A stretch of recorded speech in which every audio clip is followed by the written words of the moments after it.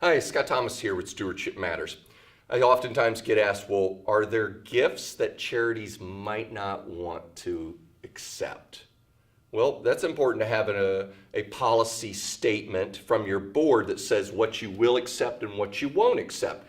Let me give you 10 things that you probably want to avoid. So, charitable gifts to avoid. Number one, dirty properties. This would be like an EPA, an old gas station that might have an EPA cleanup.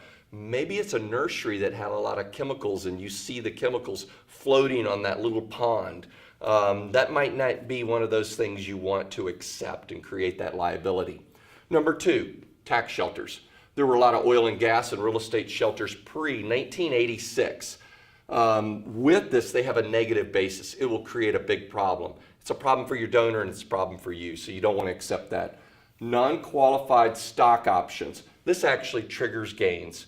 Somebody goes, oh, I work for the XYZ Corporation and they've given me these options. Maybe I could avoid some capital gains, and they want to gift that. It's actually going to trigger capital gains to them, so you don't want to accept that.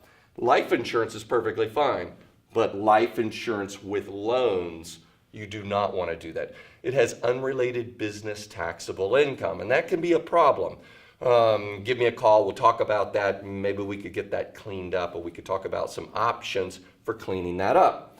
Small real estate. When I say small real estate lots, that would be like somebody has a $5, $10, $15, $20,000 piece of property. They're planning on building on it, and it's plotted, and it might be a neighborhood that never came into existence. No, developers were developing it, and now it's just sitting out there in a rural area or maybe on a mountaintop.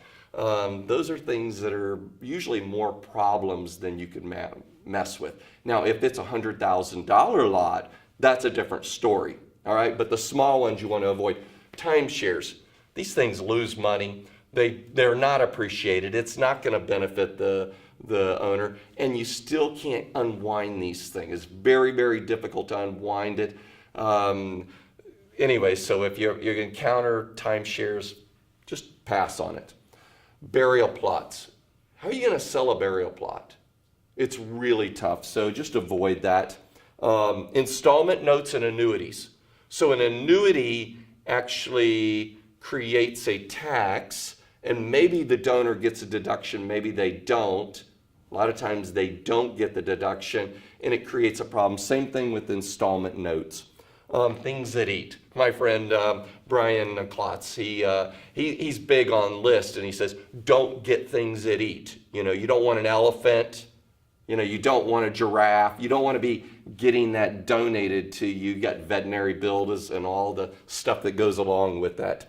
Cars, boats, and planes. The rules on this changed a little over 10 years ago.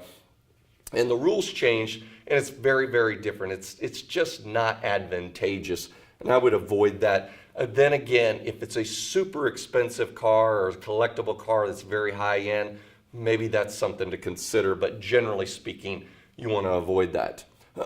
And then lastly, patents and copyrights with revenue. That will create some very tricky situations, and it would be best to avoid that. Hopefully this list helps you to say what you will say no to. If you'd like to talk about non-cash gifts and creative ways to bring in things like real estate and stocks and mineral rights and exciting stuff that's out there, business interest, those things can be done, and they can be done very, very efficiently. Reach out to me, Scott at stewardshipmatters.net. That's Scott at stewardshipmatters.net.